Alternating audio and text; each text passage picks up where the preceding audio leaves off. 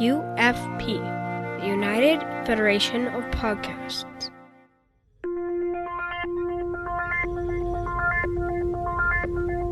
Engage. 78 years have passed since the days of the original USS Enterprise. Now a new Galaxy starship has been designed.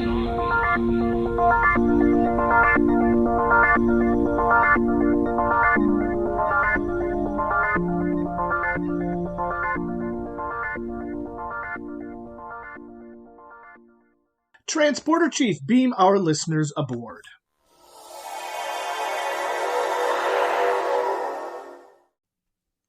Welcome to Galaxy Class, a Star Trek The Next Generation podcast on the United Federation of Podcasts Network. I am Diplomatic Standard Bearer Kevin Scharf. With me are Counselor Amy Nelson and Chief Time Lord Joe Keegan. Hello. Hello, Kevin. Chief Time Lord. Well, I've been rewatching Doctor Who. Oh, hasn't this season been good? No, I've been rewatching. I went back to 2005. Oh, Christopher Eccleston. Okay. And I'm now on season 4, David Tennant. Okay. So, because I'd fallen kind of away from it with Jodie Whittaker a little bit. But I've heard the more recent stuff is really good. Especially this with season current has been season. Fantastic, yes. Yes, so I thought I don't want to kind of try and find out where I fell away and try and jump in. So I'm just going to watch all 13 seasons in quick succession. Why didn't you start with the 1963 series? No. There's only 780 or 900 episodes of Doctor Who. Yeah. Wow. Some of them are only audio because they've lost the original episode. You can find reconstructions of the episodes online though too, where people use still images. You can hear the audio and then there'll be still images. There's still about 100 episodes missing, I think.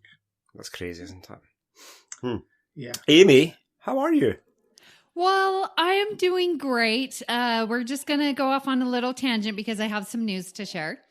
My college football team, University of Utah, has gone through an amazing, very difficult year. And last night, they went to the Pac-12 championship game and won. And I was there, and I got to go to the brand new Allegiant Stadium, who houses the NFL Raiders. So it was my first time at this beautiful stadium. First time for my Utes to win the conference championship title. And we will be headed to the granddaddy of them all, the Rose Bowl, on New Year's. So I'm just so ecstatic. Very happy. My sports ball is just super, super lovely today. So, how are you guys? Go Utes! What position do you play? You said they're your team, so I assume that means... Yes, they are my team. So what position do you play? Are you a fullback, running back? I play the most important part, the quarterback. Fan. Linebacker. I am the fan. Oh. You guys, the stadium was all red, and we were in control of the game, and about halfway through, at halftime, the Oregon fans started leaving. I thought Oregon fans traveled a little bit better, but no, the whole stadium just red. It was so nice. It was like being, you know how we say when we come to conventions, we're with our people. Mm-hmm. I was with my people last night. You were with your wonderful. other people? My other people. Did you cosplay? Yes. My mask. I had a scarf. I had my bracelets. Yes. Did you have giant shoulder pads? Yeah, I should have. I even had a little clear see-through purse that had a red U on it, see-through. What is the mascot of the Utes? Well, interesting you should ask. Can we guess? The Utes. Yes, please. Okay, Cowboys. It's from Utah, so it's a Mormon. Yeah, it's a Mormon, yeah. It's a golden plate. That's funny. Oh my gosh, you guys are so funny. I've seen. Is that like Mormon. We're so funny because Kevin's mocking you and I'm trying to be serious and guess like a gopher? A gopher. I don't know. Okay, so okay, tell is it a pillar of salt? I do love it. A pillar of salt. It's Salt Lake City. It's a doorbell.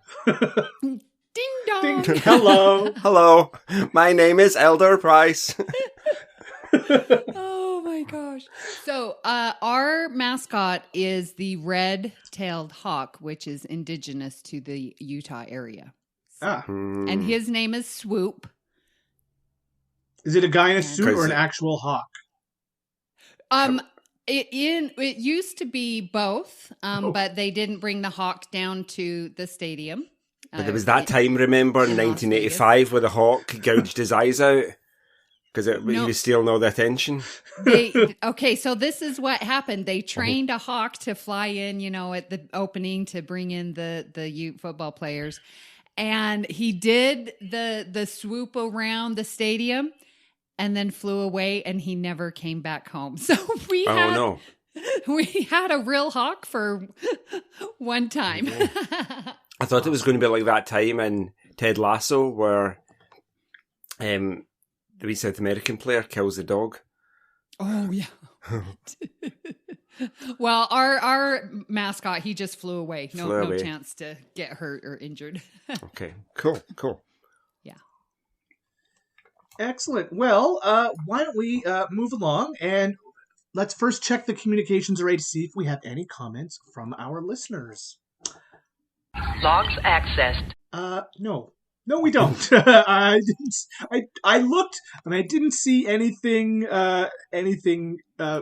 extremely vital to talk about here. Now that's not to say people didn't comment on our poll, which we will talk about once we get into the Bat Left Battle. Lots of comments there. But people just Kevin. Yep. Sorry, we got an email from Lytton Bell, didn't we? Did we? Another one? A follow-up? I'm sure we did. Yeah, hold on. Well, then everything I just said is moot. Yeah. How do you log into the email? Yes, I have it. We do. Lytton. Oh, my gosh. Okay. Thank you so much. Well, would one of you like to share the email that we received from Lytton?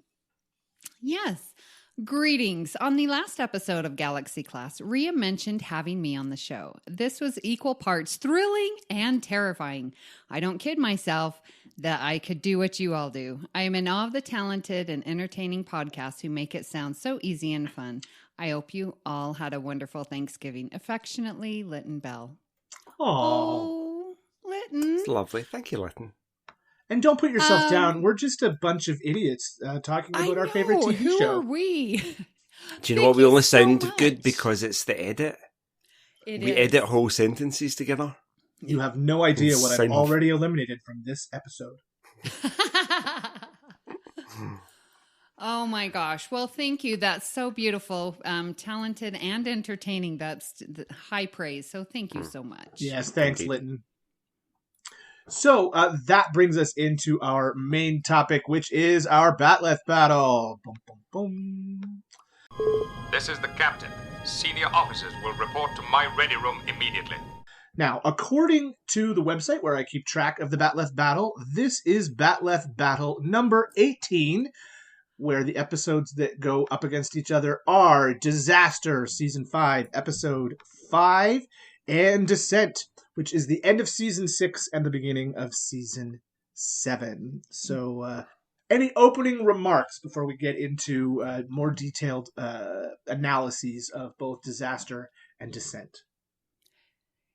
Well, it is the Battle of the D's, Disaster and Descent. I feel, is a very difficult choice. These both, I think, are memorable. Mm-hmm. They are very entertaining. Mm-hmm. I feel both very important to Star Trek canon. Mm-hmm. And I could see going one way or the other. I'm sort of prepared to make a final choice at the end, but I have reasons on why each should win. I just haven't decided which that is really. I hear you. Joe?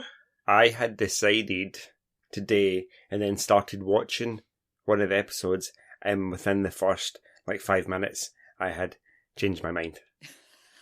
Wow. Well, I will be honest and admit that when I started watching Descent, I had it in my mind as a totally different episode. I think I was thinking of Time Zero, but when Descent started, I'm like, this is not what I thought it was, and I really like this. So that makes this discussion. This is going to make this discussion very interesting because I really like both episodes. So this will be an interesting discussion. Do you know what we could do as judge, because we're judges, yeah, and judges get to decide the rules. If we can't decide, we could put both episodes through, because, do you know what I mean? We're in charge of the game. We could if we couldn't decide, but that would mess up my system. I know, but it's a bracket. There's no ties. Well, okay. It would just end up that those that all three episodes, because we're dealing with a double episode here, would end up going up against one episode in the next round. So okay, that'd be difficult. But I do like you thinking outside of the box. Yeah. I just like to pretend I have some power over something. I'm sure you've got power over something. What I'm having for dinner, yeah, that kind of thing.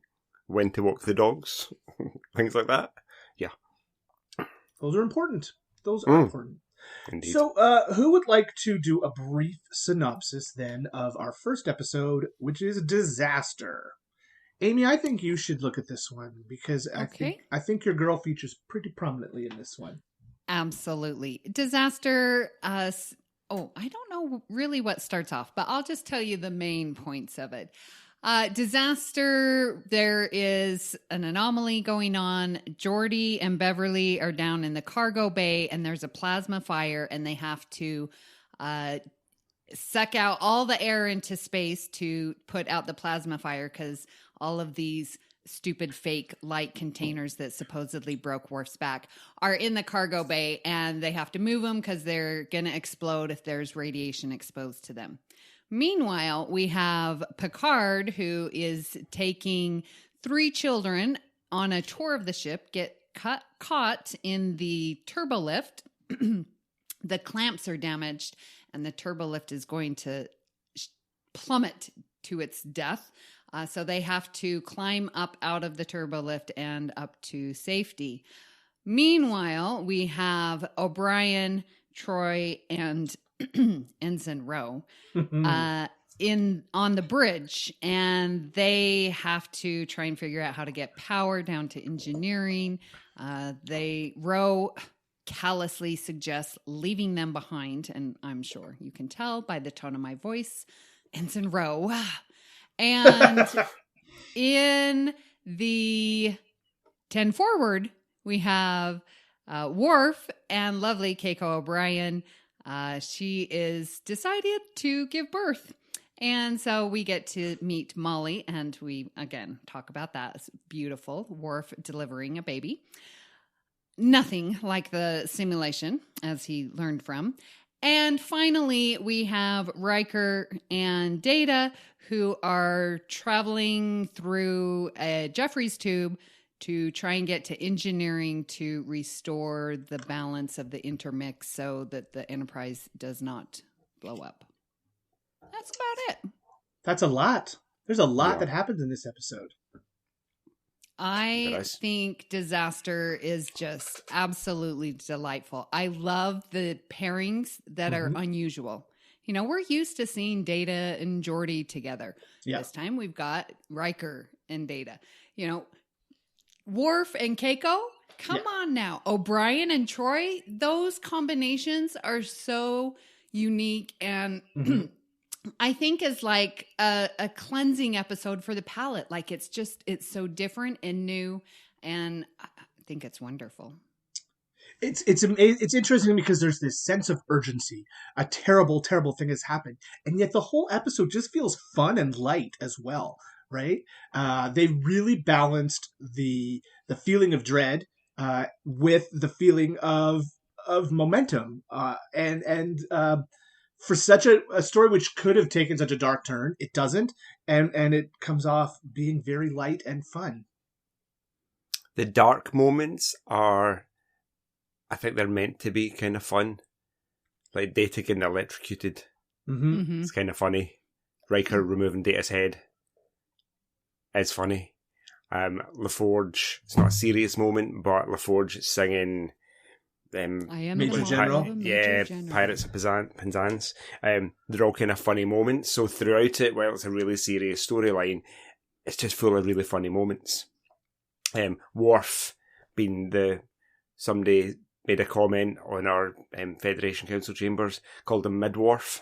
Worf the midwife. Yes. Which is hilarious. I think that this story is taking characters we're all really familiar with, pairing them up in new ways, like you said, Amy, but also putting them in situations that make them feel uncomfortable.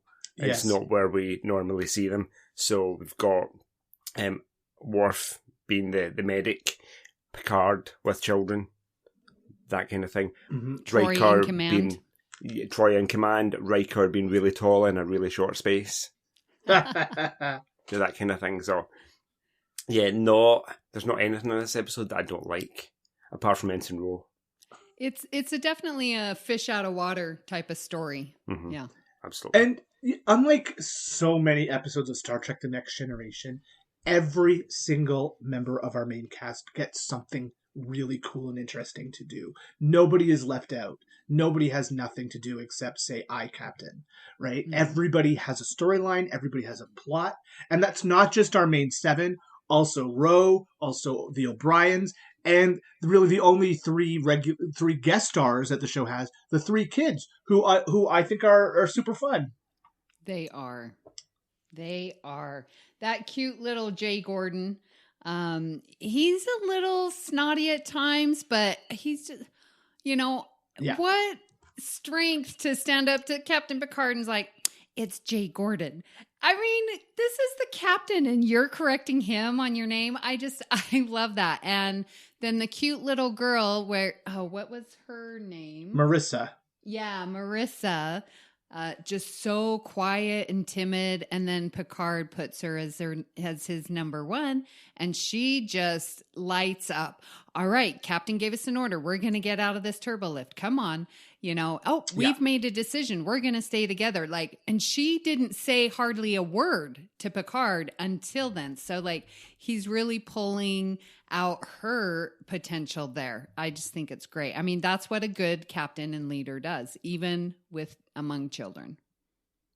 Yep. I love the other wee boy, the younger boy, because he's got a funny wee voice, and I love his science project. I can't even remember what the science project is, but it sounds like he just wants to throw loads of gooey stuff in somewhere and see what happens. And then he made the back plate for the plaque that they make him at the end, and it's just a random piece of wood with funny shaped holes drilled in it. Love it. Yeah, awesome kids. Mm-hmm. Should we move on to our third criteria, which is the importance to Star Trek canon? I think there's more here than you think at first glance. Oh, yes, absolutely. And I'm just going to say it because you're all thinking it. This is the start of Troy deciding she needs to, learn about command, learn about bridge operations, learn about the ship. And unfortunately, we don't see that pay off until season 7. But this is the start. And I think that is very, very important to canon. Oh, agreed. When she decides to ultimately go down the command track, she refers back to this episode and says, I've felt really uncomfortable being in command because I was out my depth. What I'd really like, she's surrounded by Ensign Ro, who's really dismissive, is like, can't believe you don't know this already.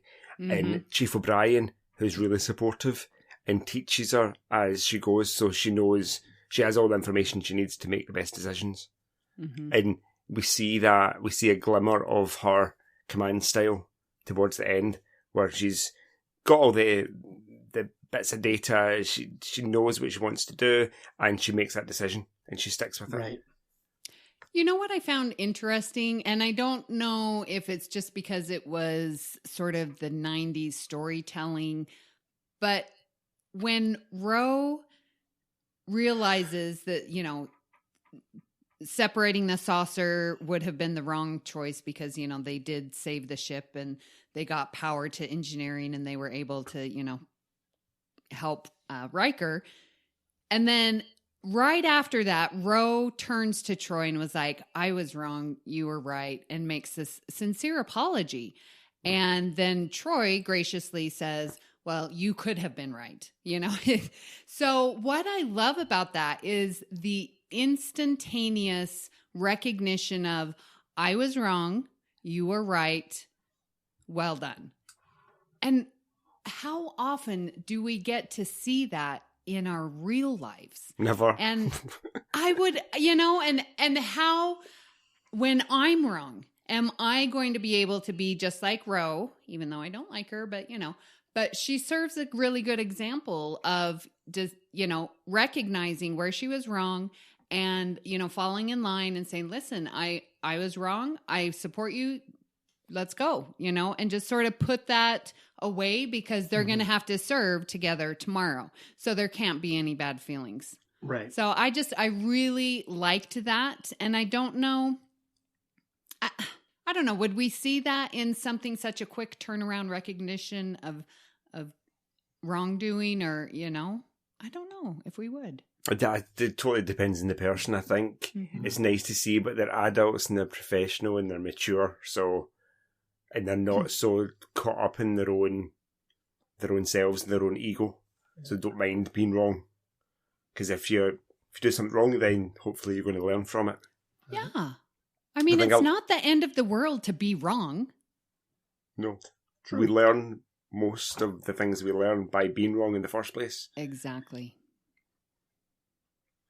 I think in addition to it being an episode where we're learning about Counselor Troy and her skills and ambitions, I also feel, based on where this episode falls in the timeline of the show, that the focus on O'Brien is a pretty big deal here too, because this is the last season before he gets spun off onto DS9. So I think that part of the writing of this episode might have been to prove that O'Brien is a character that can carry a storyline as well, and that if we take him over to this new show, people will care about him. Yeah, so again, very important to canon. Yeah.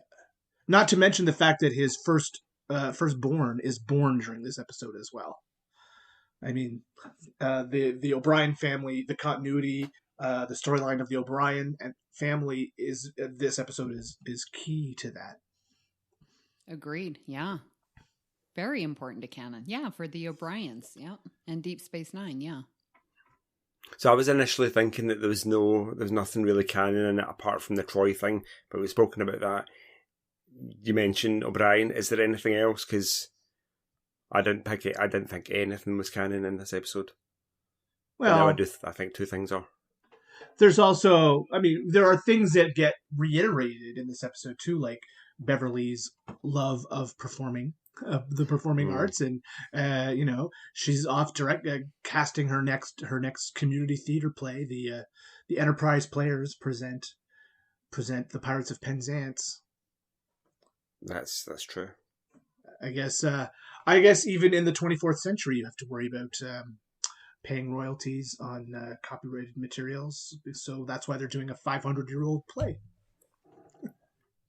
Do you still pay for them if there's no money? No. That's the question. Like, why aren't they doing something from the 24th century? I want to see a 24th century musical, not a 19th century show, but whatever. Interesting. And Geordie totally got the melody of Major General wrong. It's a song I've been a part of, honest. He did say he couldn't sing, so this is true. And Crusher did say, "Yeah, we're going to work on your pitch," but I because he didn't. That. Yeah, he didn't have any notes right. I don't think. Yeah, the auto tune on the Enterprise is going to be really, really good. You're not going to notice it.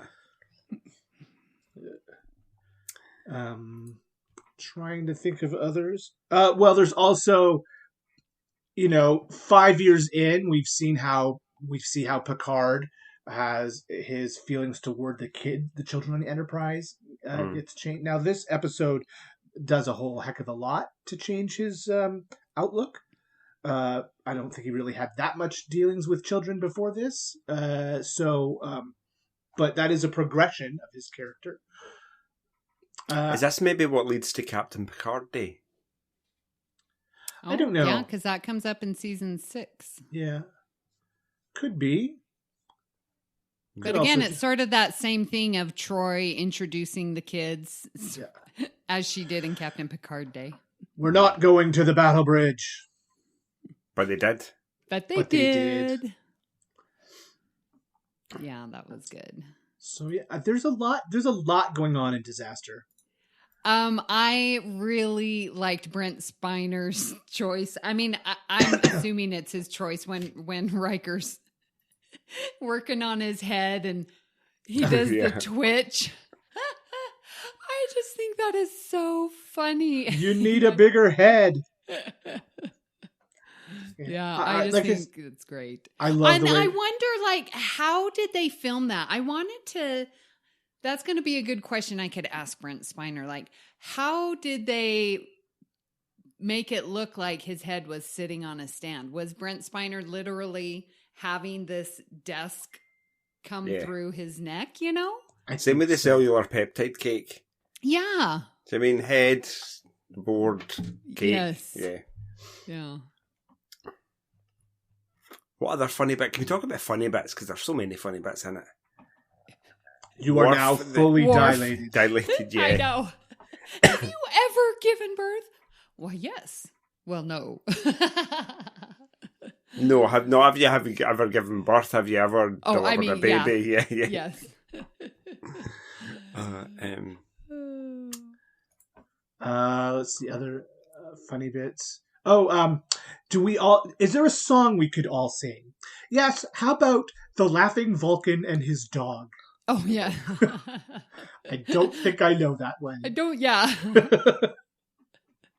Interesting. See, Amy, now you're talking about Data's head, it's a bit more interesting than just him putting his head through a hole in a board.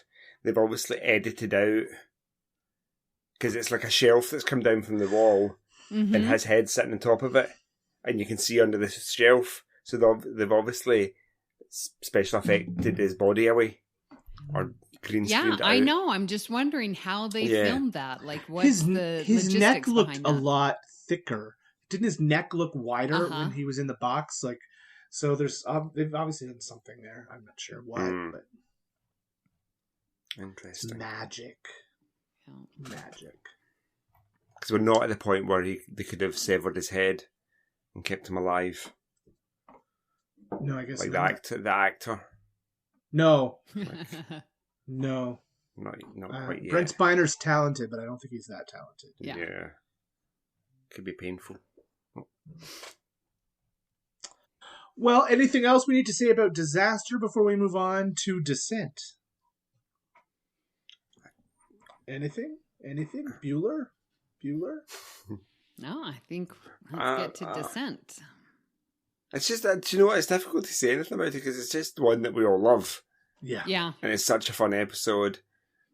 And you kind of don't know which way. At the beginning, this really bad disaster happens. And you don't know how it's going to turn out. But you kind of also know because every Star Trek episode at that time just reset.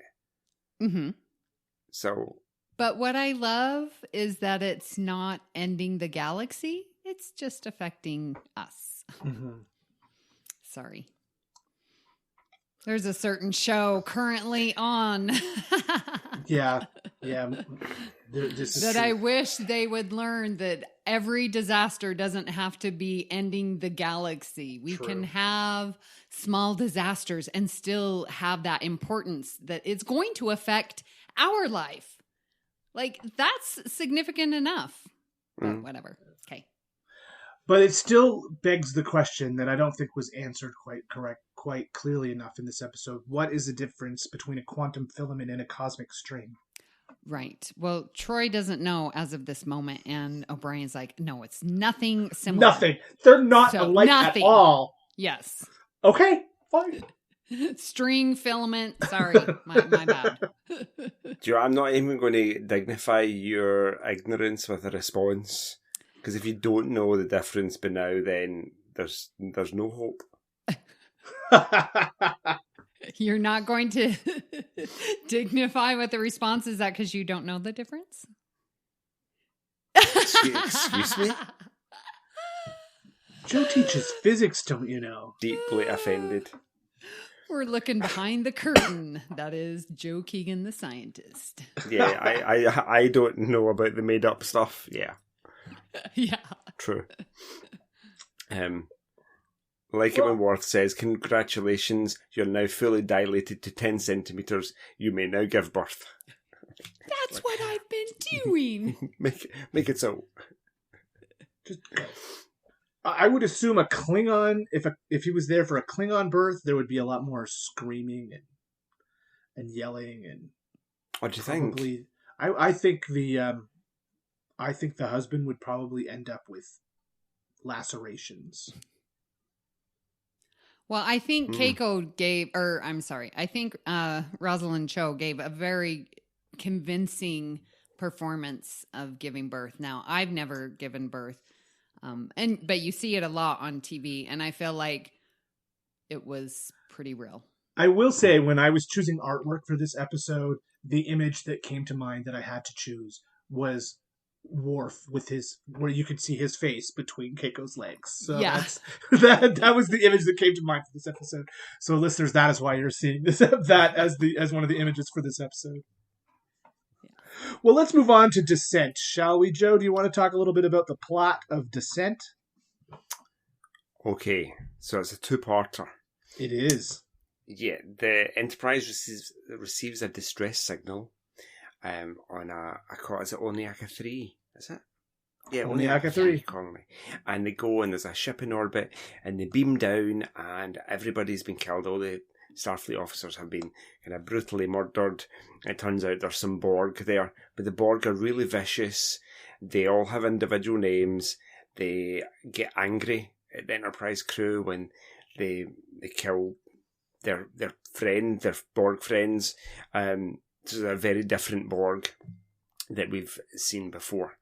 Then Data fights with a Borg and kills it, but he feels angry at it. And then it turns out that he felt pleasure from killing the Borg, and these are emotions that he's never felt before. So they tell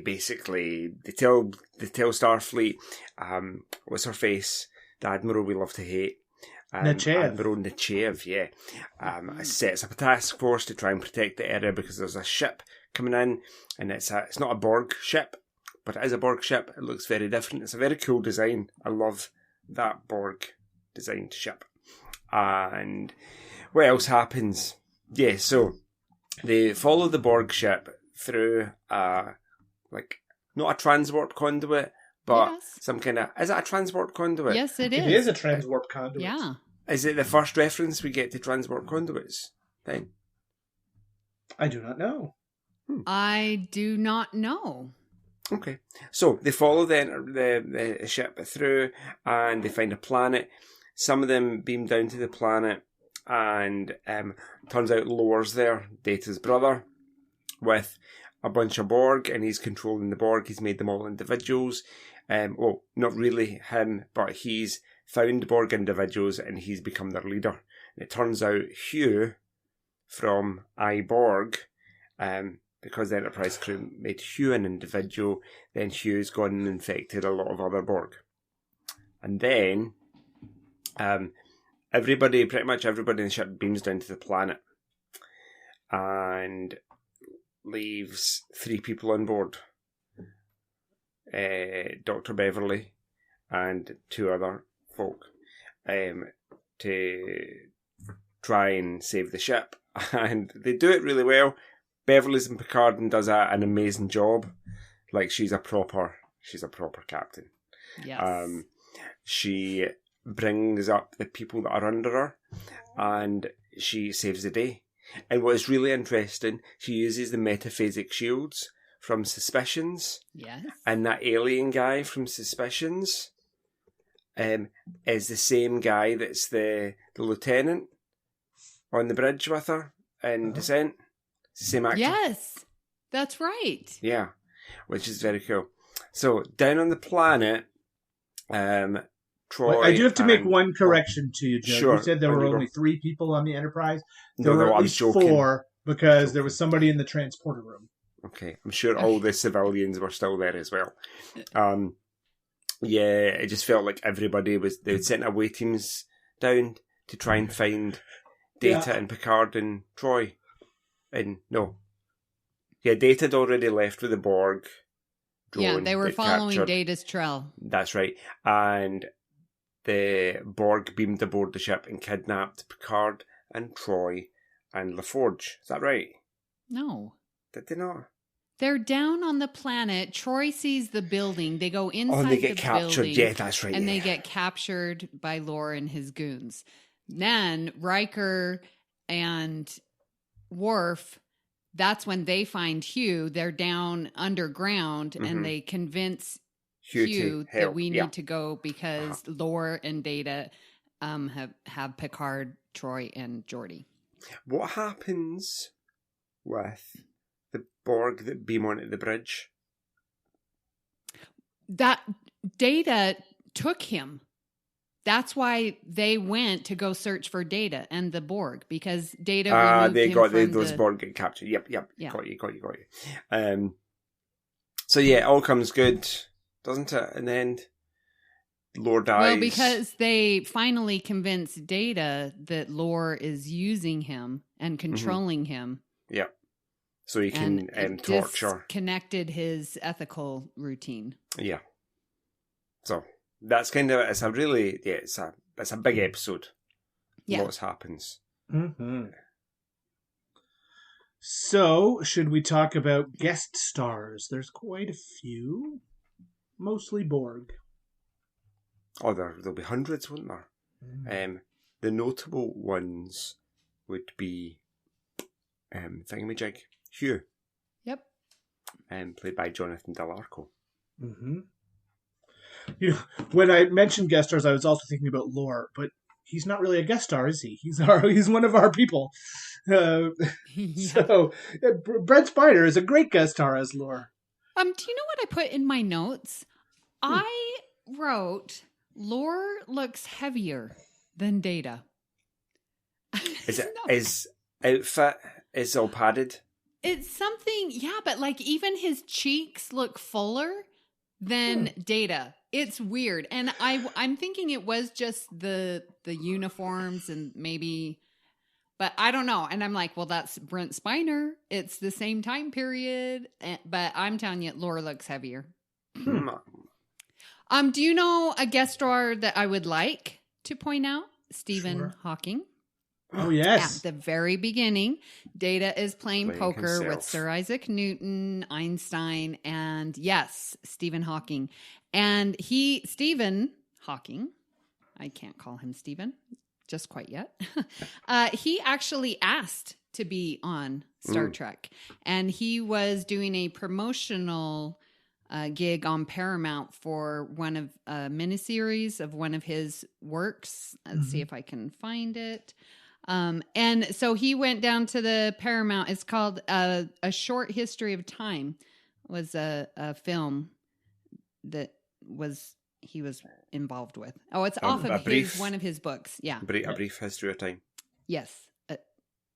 Well, in my companion, it says A Short History of Time. Anyways, so the writer Naren Shankar said that, let's put him in, and they made it happen. And so we have Stephen Hawking with TNG. That's pretty cool. I think that's very notable. Got Data, a 24th century scientist, essentially, playing poker with Stephen Hawking, playing himself. Isaac Newton, yes, played by an actor because he's long dead, and the same with Albert Einstein.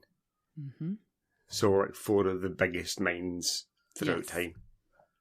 It's a super important scene. It is. Yeah, it was very cool. Very cool.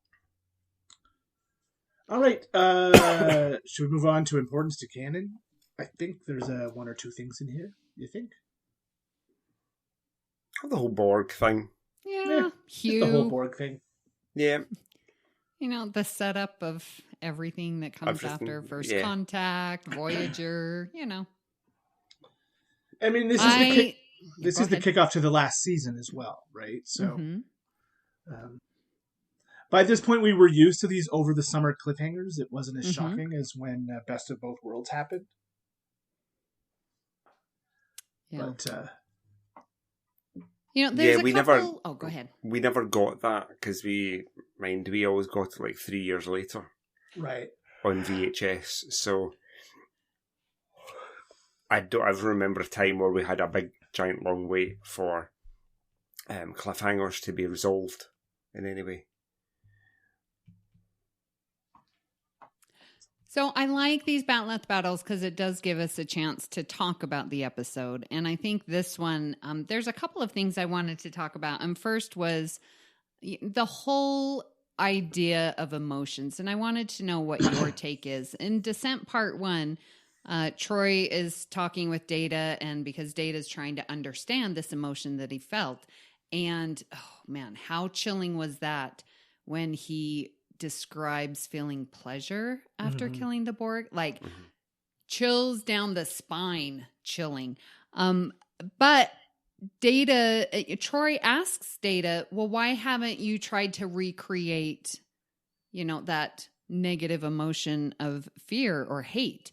And Data's like, well, that would be bad. I mean, hate is a negative emotion. And Troy's like, well, emotions aren't negative. It's what you do with them. It's how you act on them. Do you truly believe that? And she gives the example of hate where that could be motivation to change. And then I was thinking, like, with jealousy, that's just the insecurity of love. And so, that could be changed to increase love because you're feeling insecure about it. Yes. I agree with Troy in this situation. I think she's right. Emotions on their own are not negative or positive. Like you can't be tried in court for having a negative emotion. But what you do with that emotion, what that emotion sends you to do is what is positive or negative. I think like anger can lead you either to battle and strike out physically, or it could lead you to organize and protest and change something that's unjust, right?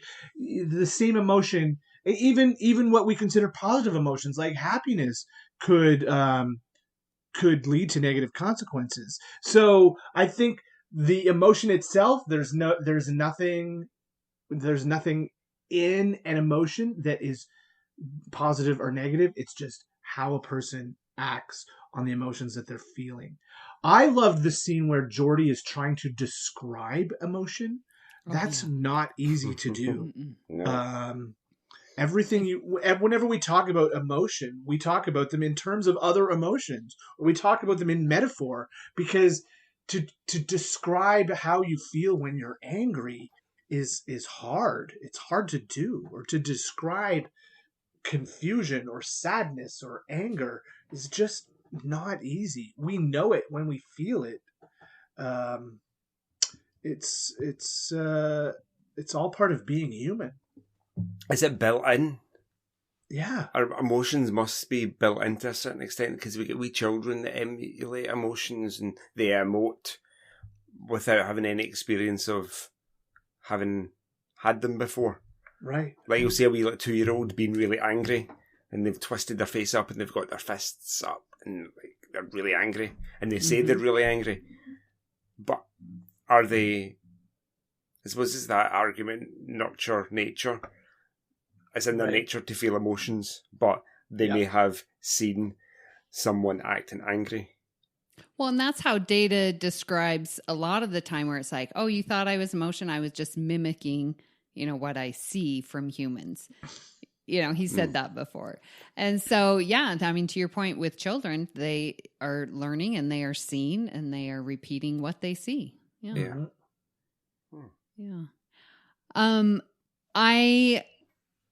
I sort of feel like I'm almost ready to say yes, I believe it, but I'm not quite sure still, because I think I'm anger, I'm on the fence. Yeah. And then I think about it. Okay. Well, in math, going off a math tangent, math lesson, 0 is a number that is neither positive or negative. And I'm like, okay, how can that be? And it's just a fact, and I have to accept that. Is that true with emotions? And so I sort of put it, just looking at it like that, is emotions like 0, and then our actions from that emotion would be positive or negative. I don't know, just another way to think about it.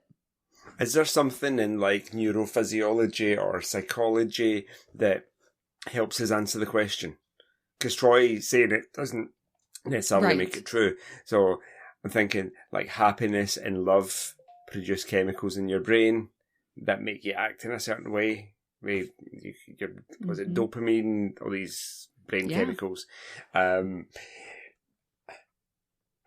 you've got things like stress hormones that you produce when you're having like bad thoughts that can have a negative physiological effect on your body. Right. Yeah. So I'm thinking there's maybe more to it, like hatred and anger and envy, all these things that you might class as negative emotions might have a detrimental effect on your body if they go on for too long, unacted upon. And then things like love and happiness and joy and laughing an emotion. But all these things have positive effects on your brain. They are good for you. So yeah, so very good point. Yeah, I don't know. I'm kind of making stuff up as I go along, but it seems to stand to scientific reason. Yeah, it's a good discussion. I also sort of going along with that, where in part 2, like we get this juxtaposition where Laura's talking to Data and was like, would you be willing to kill Picard? Would you be willing to kill your best friend Geordi if you could have these emotions? And Data's like, yes. And again, this like bone-chilling scene, because Data's admitting that. And so we have this part where, Data's willing to kill Geordi. And then flip to Riker explaining to Hugh, where's Geordi? Where's my friend? It's like, well, he's been taken by Lore. And then we've got Hugh who's willing to die to save Geordi. So Data willing to kill, Hugh willing to die for Geordi. I just think that is brilliant writing and just sort of that parallel path that they travel with Hugh, Data, and Geordi. It's kind of the reason why I've always kind of I would be a little bit scared of Data, because it doesn't take much to make him evil. Just switch off his ethical subroutines, which is a tiny little part of his programming, and he's a completely different person. He's willing to do all these monstrous things, like torture Geordi, and come very close to, what is it he does? He replaces all his brain cells, and is going to kill off all the human ones in favour of something artificial. Yeah. And like that's... And then there's the scene where he's putting the long spikes in his head. Yeah. It's torture. It is. Yeah. It's very dark. I don't like it. Yeah. Do you know why this is called Descent? I was thinking about that. Is it Data's descent into being a bad guy? Yeah. Joe, did you read the TNG Companion? That's exactly what I was thinking too. It's got to be. Yeah. Okay. Yeah. So madness. Ron Moore describes this as Data's descent into darkness, exactly as you said. Yeah. Interesting. And then we've got the ship descending into the sun. Yeah. Yeah. What was that? Descending into lightness. It's like it's a bit of a wordplay. It's like descent, and descent, like DISSENT. Oh yeah. I mean, I don't know if that's kind of a bit of wordplay on it. And descent Googling like the definition. To have like the opposite opinion. Which is kind of what Data does. Absolutely, He's the what he opposite does of himself. Yeah. Yeah. Well, plus also the Borg, the Borg are they are dissenting from the collective, right? They're becoming individuals. So there's a descent from the collective to the individual for the Borg as well. And then also a descent from Lore's control with Hugh's little subgroup. Exactly. Yeah. So yeah. And one last thing I wanted to talk about was Crusher's amazing job as captain. What I really felt was, and we talk about leadership quite a bit, but what I really felt with her was she is bringing her doctor bedside manner to the bridge. And, we've got this cute little ensign who's only been here 6 weeks, Ensign Tate. And that exchange between Crusher and Tate is just so wonderful. She's supportive and, you can do this. And then even when the tactical officer, comes on, Crusher's like, Tate, I want you on the bridge, work the science, station. And that beam and pride that Tate has from being wanted and needed and being useful was just so evident. I just thought, good job, Dr. Crusher. That's a way to inspire loyalty and the best from others, and she did it brilliantly. Yeah, well, she's been a leader for years and years and years now. Yeah, she was head of Starfleet Medical, wasn't she, during season 2? She's been a chief medical officer for 1,000 and something people on the flagship of the Federation. So she's got these natural leadership qualities. She's in charge of a hospital, essentially, isn't she? So she's just doing this in a different context. We saw her kind of this kind of leadership in Remember Me in season 4, where she took total control of the situation and figured science to hell out of it. But now we're seeing her in a more formal, she's the captain of the ship and she's making all the decisions. So I was really surprised by it, but it was nice to see. Yes.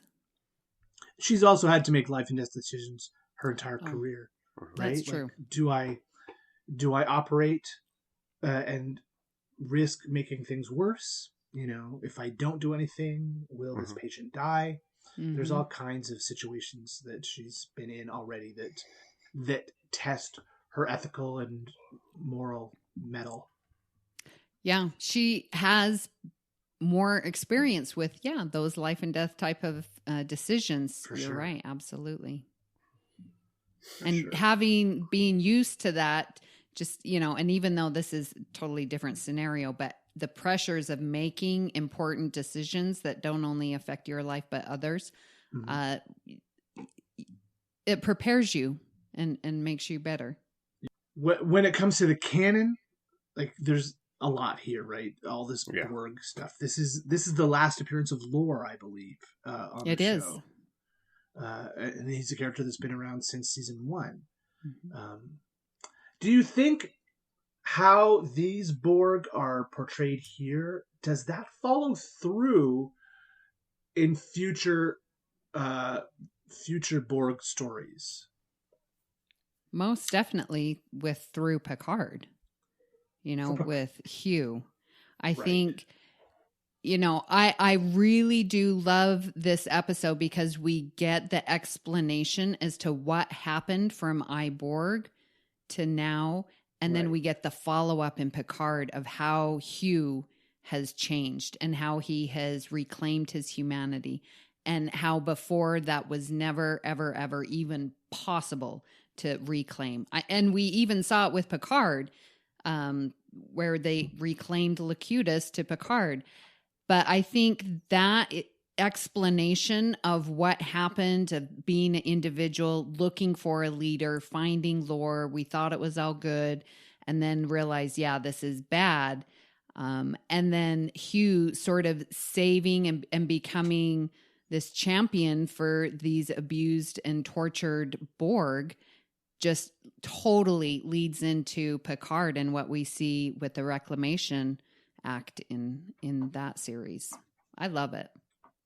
Yeah, I think everything else that we see of the Borg from this, with the exception of the Picard, are the Borg that we all know. They're part of the collective. Right. They're all flying about in their Borg cubes and their Borg spheres and their Borg geometric shapes. But the Borg in the Picard show are all individuals, aren't they? It's only until Seven becomes the Queen temporarily to try and control them, take over the ship again, that we actually see them. Do we see them become a hive? I don't think so, because they all get spaced very quickly. Yeah, because Bad guys. What's his bucket? Shoots him out into space. Yeah. Yeah. That jerk.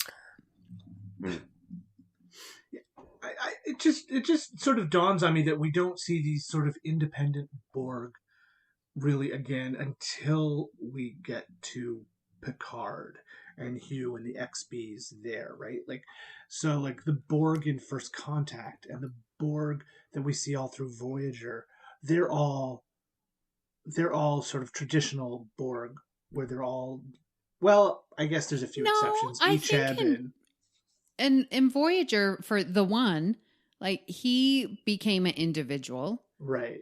And that Unimatrix where they're in dreamland and becoming individuals. So, and you know, I feel like those really lead into Picard as well, because you are seeing them as individuals and trying to break free, especially in that Unimatrix Zero episode. You're right. Two-parter. You're right. Yeah.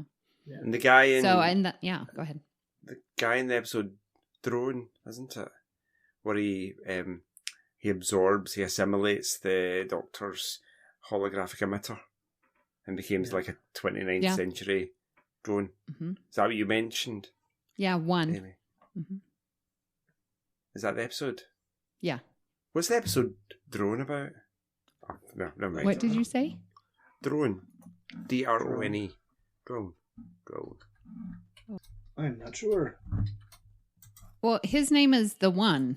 Yes, One. this is Drone is the episode with a transporter accident involving the Doctor's mobile emitter and Seven's nanoprobes, which result in the creation of a 29th century Borg. Yeah, that one. Good job. Hold on, so what is one then? That's the name of the Borg who's born. Yeah. The Born. Oh, no, there is an episode called One, but it's nothing to do with the Borg. Oh, One is where everybody's in suspended animation, and it's just Seven that's looking after the ship as they pass through some region of space. Oh, I didn't know there was an episode named that. Okay. Yeah, okay, cool.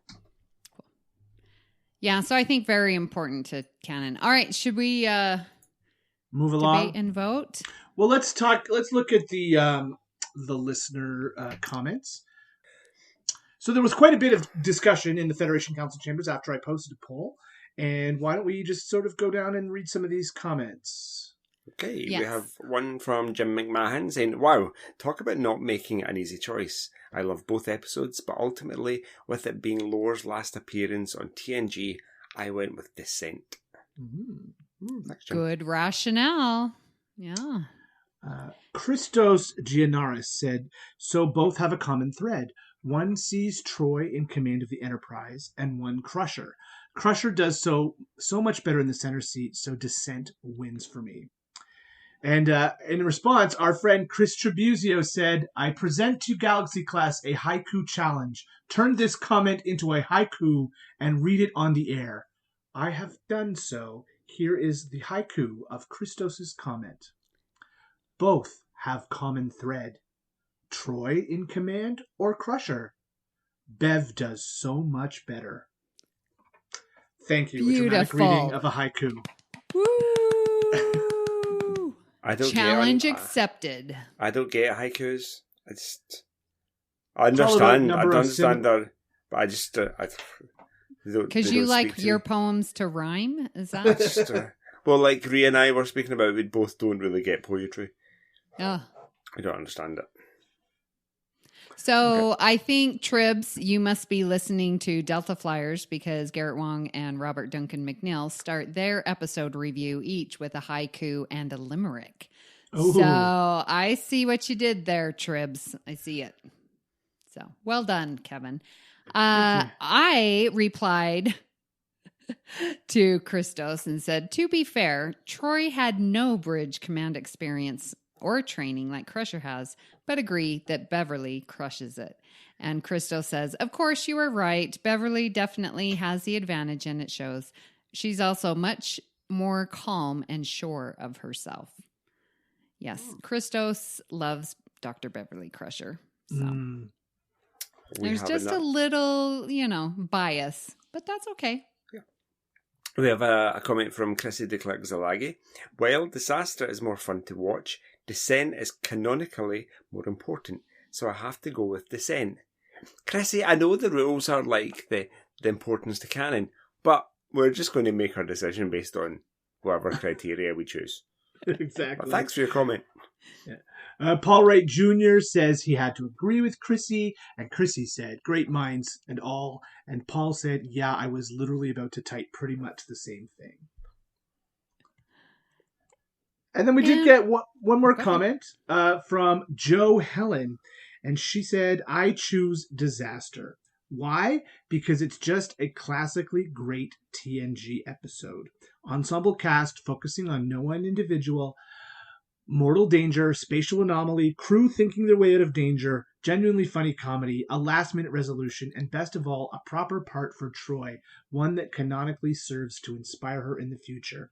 Much as Descent is a good episode and one that I enjoy watching from time to time, this is one I come back to time and again. I mean, come on. It has Picard singing, an executive officer in charge of radishes, Ro getting put in her place, a headless Data, and Call the Midwharf. You can't beat that, I'm afraid. And Karen Burke comments and replies, I was going to go with Descent, but your comments have swayed me some. I'm going to have to think a bit more about my choice now. Yes. You know what? This is the first episode of Galaxy Class where the word canonically has been said 3 times. Ooh. We used importance to canon as one of the criteria, but I don't know if it is the most important criterion. Nah.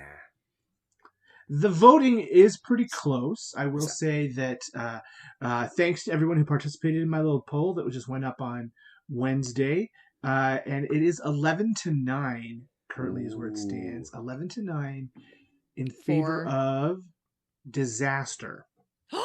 What?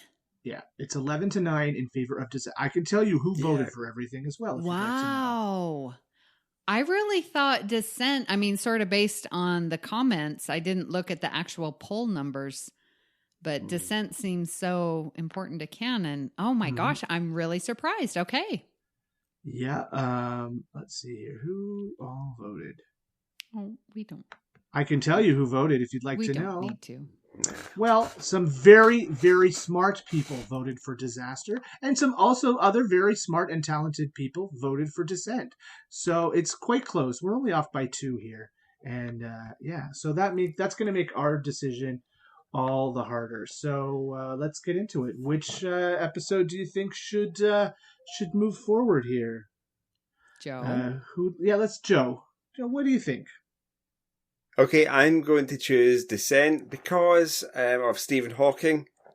That's a good reason. Says the science teacher. Okay, that's my one criteria.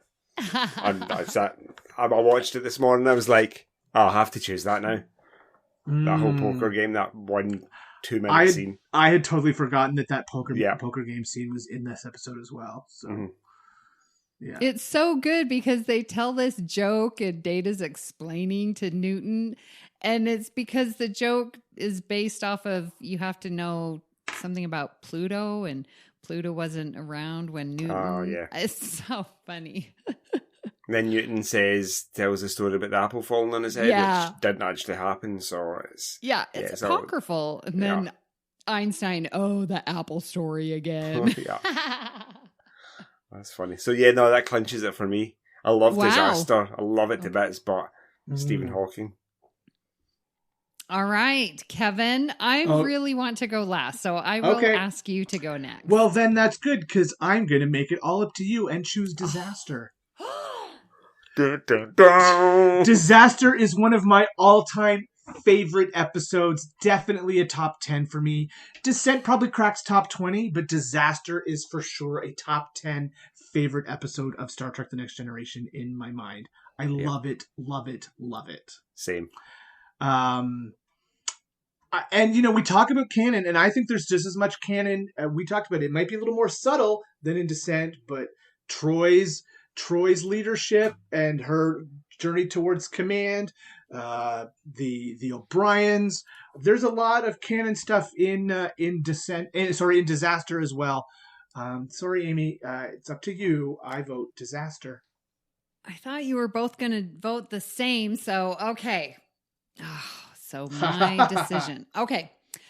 I remember back when Amy was doing Earl Grey and she reached out to me to come on an episode and we spoke about family.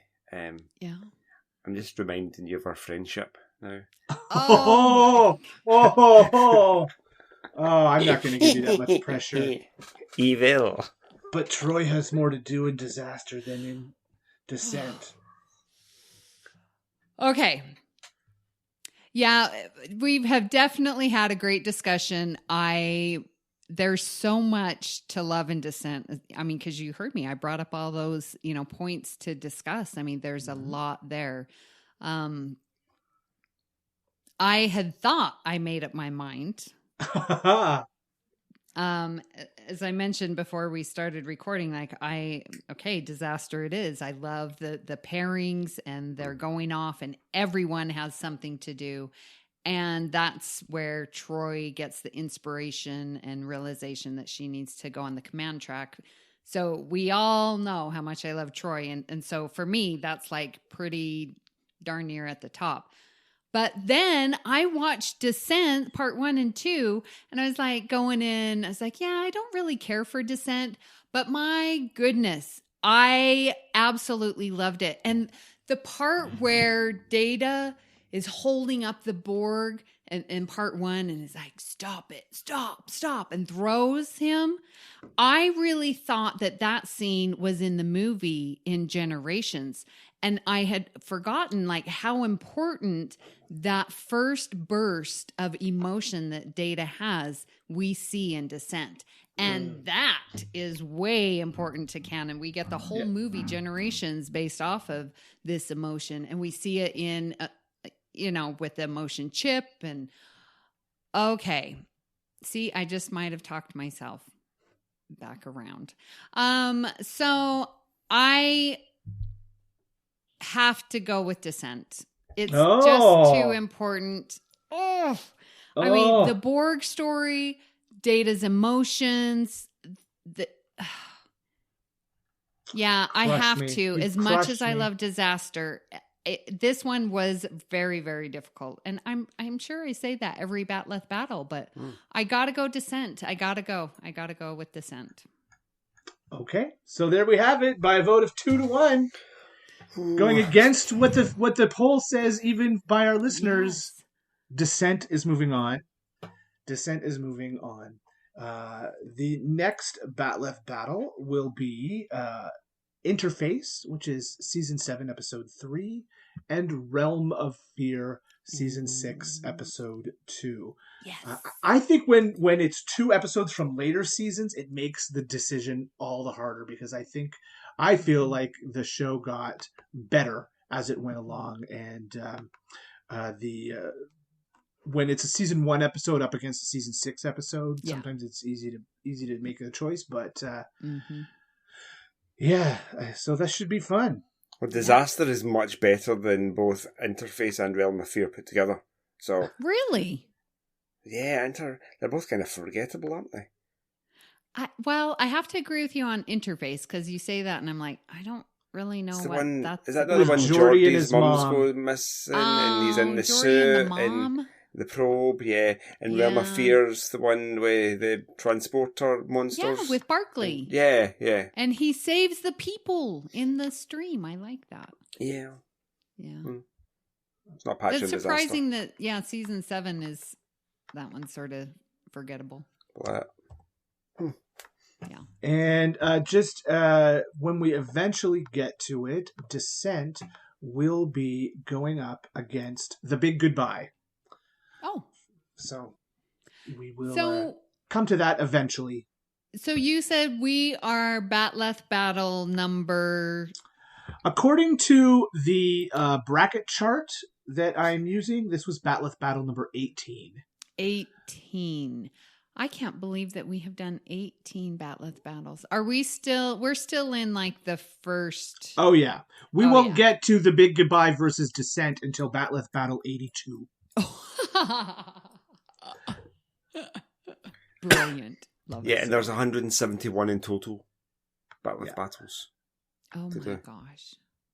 Okay. Yep. So we're getting there slowly but surely. And I hope that our listeners are having as much fun with them as we do. Yes. Incoming transmission. So we would love to hear your thoughts on today's show, and we hope you'll join the Facebook group Federation Council Chambers. You're welcome to start conversations with us or add any general Star Trek info you wish to share with the group. If you'd like to send us an email, like Lytton does, you can email the network at galaxyclass@ufp.earth, and we will read your email on the show. Please hit the subscribe button on Apple Podcasts or wherever you get your podcasts, and leave us a star rating and written review. That helps others to find the show. You can also follow the entire network's podcasts with our master feed by searching United Federation of Podcasts. This way, you won't miss any of our fine shows like All Good Things, Franchise Fatigue, Always Hold On to Arrow, History with the Szilagys, Mickey's Marvels, Infinite Diversity, and Sasquatch. So Amy, where can people find you when you are not torturing your friends? Torturing my friends? Yeah. My ethical subroutine must be off if I'm doing that. Mm-hmm. Or I would just be rubbing it in their face that Utah won. And I will be doing that a lot, I hope, in the future. But you can find me here on the network where I'm hosting All Good Things. You can find me on Twitter at Miss Amy Nelson. Oh, you know what? I do another podcast called Union Federation, which talks about the new Trek and Orville, which will be coming up pretty soon next year. And I, of course, am in the Facebook group Federation Council Chambers. Kevin, where can people find you when you are deciding if your emotions are positive or negative? I'll be in therapy. Yes. With Counselor Troy. That'd be good. A counselor that can actually read your emotions would be a really good thing, actually. Right. But since that's not happening, you can find me here on the network on this show in the Federation Council Chambers, where I post the Batleth Battle polls and other fun stuff. You can also find me on True North Nerds, a general nerd and geekery podcast, and Stage Whispers, the local theater podcast, which is about live theater here in Central Ontario. And Joe, where can people find you when you have to vent all the oxygen from a cargo bay to stop a plasma fire? I love that scene. Such a cool scene. Yeah. Scene could have gone on to the next round, but... Okay, no... They had the control panel right there. But I know, I thought that too. I said that when I was watching. Why didn't they just use that panel right there? I the know. Controls. And it was just so campy with them climbing over the floor to try and reach. And it's Beverly to save the day. And she just reaches up. Oh, and she didn't even look at the panel. She just hit it. I know. It's just, that was the one campy scene. It's terrible. Okay, that's what destroyed it for everybody. No, I loved it. I love that scene. I have to mention, though, that I watched the season finale of Invasion on Apple TV Mm-hmm. I don't know if you've been watching it. It's like an alien invasion story, and it follows different groups of people from all around the world. But last night, I kind of nearly lost it. Like, as much as I lost it when Telly, a couple of, like, last week, said, like, black holes are really undetectable. Yes. So there's an astronaut in space, in her spacesuit, and she's trying to get back to her spaceship. Yes, they're maybe 100 metres apart. Do you know what the astronaut does? What? She does the breaststroke, essentially. Oh. In a vacuum? Mm. And is that supposed to do anything? No, you would, like, your arms would just be failing, but there's no air, there's nothing no water, to push there's against. nothing to push against. No resistance. It's so stupid. So she's doing this breaststroke thing. It's I couldn't watch the rest of the episode. It annoyed me so much.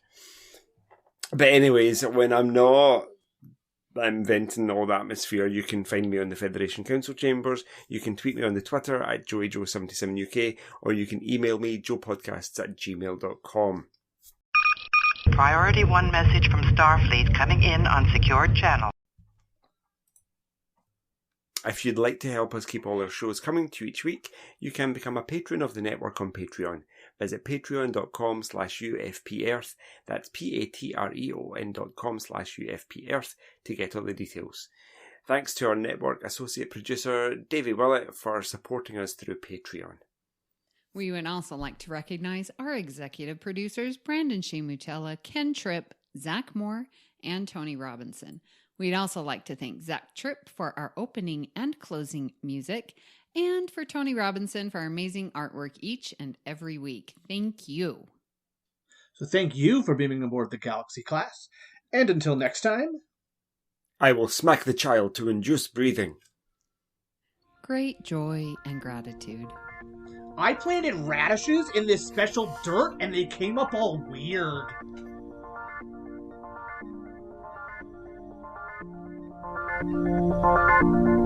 Engage.